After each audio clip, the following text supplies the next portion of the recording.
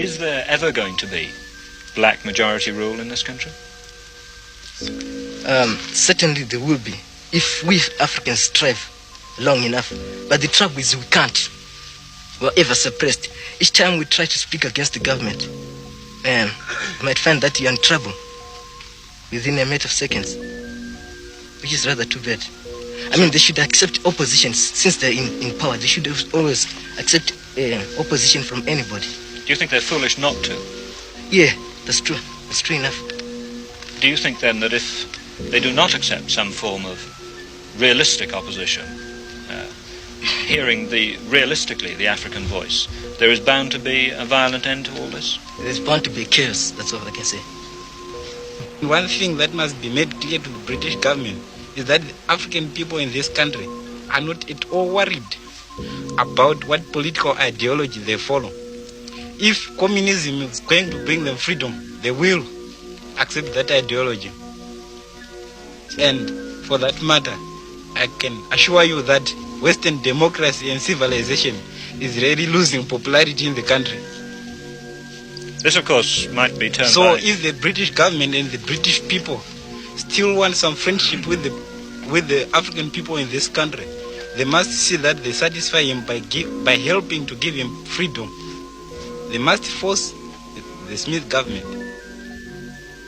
This, of course, might be said by Mr. Smith to be complete justification for keeping the African nationalists behind bars. What cause?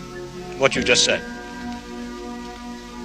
And it is only the only way possible now for us to gain freedom, because all the other ways have failed. Talks, they failed. You can't reason with the Smith government. Is that they just don't accept to reason. They don't. So why are we going to waste our time talking with them?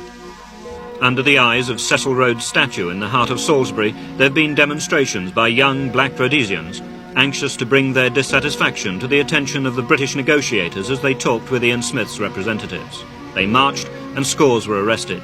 82 were sentenced each to 6 cuts of the cane. It's wishful thinking for it to expect Smith to reason. The only way for Smith to reason is to use violence. That is violence in the valley. And we are prepared to fight. The Africans, we will do it, since the British government has refused to use violence.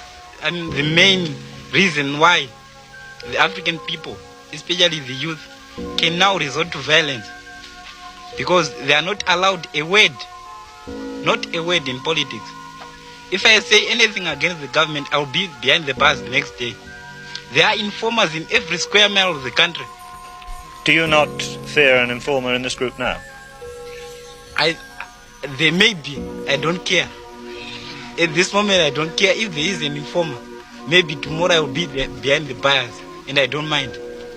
I am prepared to make such sacrifices, and even greater sacrifices, for the freedom of the country. These boys talked to me in May at St. Ignatius College just outside Salisbury. 4 of them are now behind bars. Last month, the school was raided twice. The police came with guns, dogs and tear gas. 23 arrests were made. The police were stoned, a Land Rover was turned over.